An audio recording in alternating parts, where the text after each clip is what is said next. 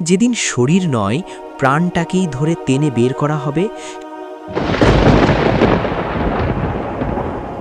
সেদিন চিৎকার করার শক্তিও থাকবে না, মুখ বন্ধ থাকবে, চোখ খোলা থাকবে।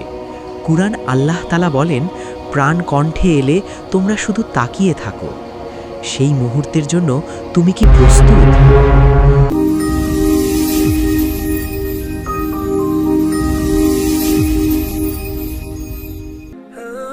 মৃত্যুর কষ্ট যে কি সেই বুঝতে পারে যে মরেছে। এছাড়া মৃত ব্যক্তির অবস্থা গভীরভাবে পর্যবেক্ষণ করলে খানিকটা ঠাহর করা যায়, চিন্তা করলেও অনেকটা অনুভব হয়।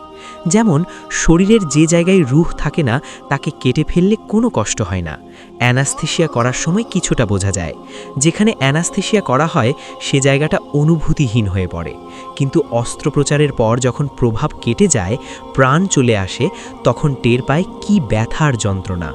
সুস্থ দেহের কোনো অংশে সামান্য সুই ঢোকালেই প্রাণবিদারী কষ্ট হতে থাকে। শরীরের একটুখানি জ্বলে বা পুড়ে গেলে কি নিদারুণ যন্ত্রণা হয়। এমন কষ্ট পাবার কারণ হচ্ছে শরীরের সর্বত্র ছড়িয়ে আছে প্রাণ। যখন মৃত্যুর সময় হয় তখন সরাসরি রূহ ধরে টান দেয়া হয়। কাজেই শরীরের প্রতিটি লোমকূপ কি পরিমাণ যন্ত্রণাবিদ্ধ হয় তা একমাত্র মৃত্যু কষ্টে পড়া মানুষটাই বলতে পারে। শরীরের একটা অংশ কাটা বা পুড়ে গেলে অন্য অংশে প্রাণ থাকে, তাই সে ছটফট করে, তার যন্ত্রণা খানিকটা কমে, শান্তি পায়। কিন্তু যখন প্রাণকে ধরে টেনে বের করা হয় তখন দেহ এমনি দুর্বল হয়ে পড়ে যে ছটফট করারও সুযোগ থাকে না, সে শুধু বড় বড় চোখ মেলে থাকে। আল্লাহ তাআলা বলেন, যখন তোমাদের প্রাণ কণ্ঠায় এসে পৌঁছে তখন তোমরা শুধু চেয়েই থাকো, কি পারো না ফিরিয়ে আনতে প্রাণকে?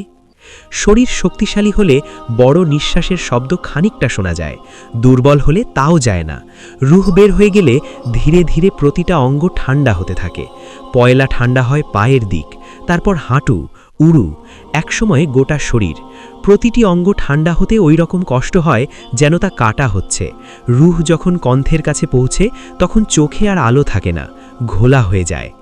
দুই দুনিয়ার বাদশাহ মহান আল্লাহ তাআলা রব্বুল আলামিনের প্রিয় বন্ধু মুহাম্মদ মুস্তাফা আহমদ মুস্তাফা সাল্লাল্লাহু আলাইহি ওয়াসাল্লাম সব সময় মৃত্যু কষ্ট থেকে মুক্তির জন্যে দোয়া করতেন, কান্নাকাটি করতেন। হজরত ঈসা আলাইহিসসালাম নিজের সাথীদের কাছে মৃত্যু যাতনা কম হবার জন্যে দোয়া চাইতেন। মরণের ভয় আমাকে মৃত্যুর কাছে নিয়ে গেছে, ঈসা আলাইহিসসালাম বলতেন। বলা হয়েছে বনি ইসরায়েলের কজন দরবেশ একটা জায়গায় গিয়ে পরামর্শ করল, চলো আমরা আল্লাহ পাকের কাছে দোয়া করি যেন একজন মুর্দা কবর থেকে উঠে তার অবস্থা বলে। তারা দোয়া করল, সাথে সাথে একজন মৃত লোক কবর থেকে উঠে এলো, তার কপালে অনেক সিজদার চিহ্ন। কি জিজ্ঞেস করবে আমাকে? সে বলল, কিভাবে প্রকাশ করব আমার মৃত্যু কষ্টের কথা? হায়, আজ 50 বছর হয়ে গেছে আমি মরেছি, এখনও যন্ত্রণা শেষ হয়নি। শুনুন, এমন মৃত্যুকে ভুলে যারা দুনিয়ার সৌন্দর্য আর আকর্ষণে মোহিত ছিল তাদের কথা সুতরাং আল্লাহ পাকই ভালো জানেন। তো ভাই, দেশের প্রধানমন্ত্রী হলে আজরাইল আলাইহিসসালাম তাকে ক্ষমা করে দেবেন এমন নয়, মৃত্যুর হাত থেকে রেহাই পাবার কোনো উপায় নেই। আল্লাহ তাআলা বলেন, হে জিন ও মানুষ, যদি আমার আদেশ মানতে তোমাদের ভালো না লাগে তবে বের হয়ে যাও আমার রাজত্ব থেকে, কিন্তু তোমরা কখনোই তা পারবে না। মৃত্যুর অমোঘ বিধানকে লঙ্ঘন করে কেউ কখনো কোথাও যেতে পারবে না, তা সে যদি গোটা বিশ্বের একচ্ছত্র অধিপতিও হয়ে যায়। হজরত আবদুল্লাহ ইবনি আমর ইবনুল আস রাদিয়াল্লাহু তাআলা আনহু বলেন, আমার পিতা আমর ইবনুল আস রাদিয়াল্লাহু তাআলা আনহু প্রায়ই বলতেন যে ওই লোকের ব্যাপারে বড় অবাক লাগে আমার, যার ওপর মৃত্যুর চিহ্ন প্রকাশ পেয়েছে অথচ সে এখনও জ্ঞানহারা হয়নি, এখনও তার অনুভব ক্ষমতা রয়েছে, আর যখন তার কথা বলার শক্তি রয়েছে তবু কেন মৃত্যুর অবস্থা বর্ণনা করে না?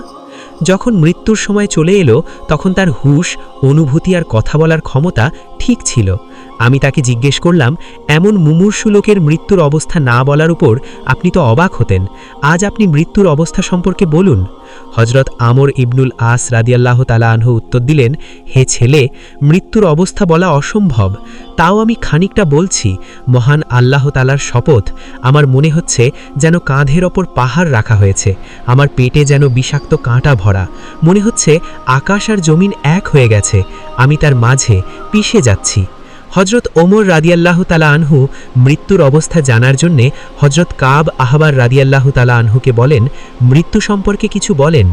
কাব রাদিয়াল্লাহু তাআলা আনহু বলেন, মৃত্যু কাঁটা ভরা গাছের মতো, যা মানুষের পেটের ভেতর ঢোকানো হয়। কাঁটাগুলো শিরা উপশিরাকে ঘিরে নেয়।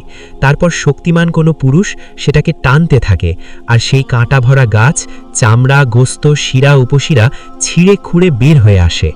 হযরত ইবনে ওমর রাদিয়াল্লাহু তাআলা আনহু বলেন, আমরা 10 জন লোক হুজুরে পাক সাল্লাল্লাহু আলাইহি ওয়াসাল্লামের খিদমতে হাজির হলাম।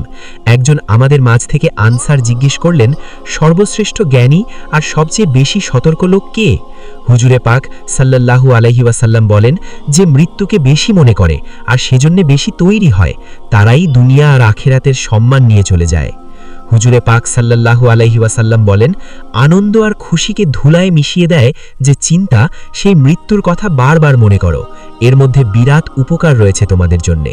তাতে বড় বড় আশা কমে যায়, মৃত্যুর তৈরি নিতে সাহায্য করে, দুনিয়ার উপর বিরাগ জন্মায়, ধন সম্পদ কামাই করে শুধু শুধু ছেড়ে যাওয়ার উদ্যম কমে যায়, আখেরাতের পাথেও জমা করা যায়, তওবার তৌফিক হয়, কারোর উপর অত্যাচার অবিচার করতে বাধা দেয়, অন্যের অধিকার ছিনিয়ে নেওয়া থেকে রক্ষা করে। তো প্রিয় দর্শক, মৃত্যু সহজ নয়, খুব ভয়ঙ্কর একটা বিষয়। তো আজ এই পর্যন্ত।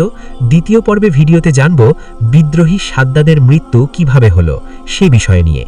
তো প্রিয় দর্শক, মৃত্যু সহজ নয়, এটা খুব ভয়ঙ্কর একটা বিষয়। দ্বিতীয় পর্বে জানব বিদ্রোহী সাদ্দাদের মৃত্যু কিভাবে হলো, কিভাবে মৃত্যু এসে ধরল তাকে, আর তার চোখের সামনে ঘটল আল্লাহর বিচার। সুতরাং প্রতিটি প্রাণের জন্য সময় নির্দিষ্ট। ভিডিওটি ভালো লাগলে লাইক দিন, মন্তব্যে জানান, সবার মাঝে শেয়ার করুন এবং সাবস্ক্রাইব করতে ভুলবেন না।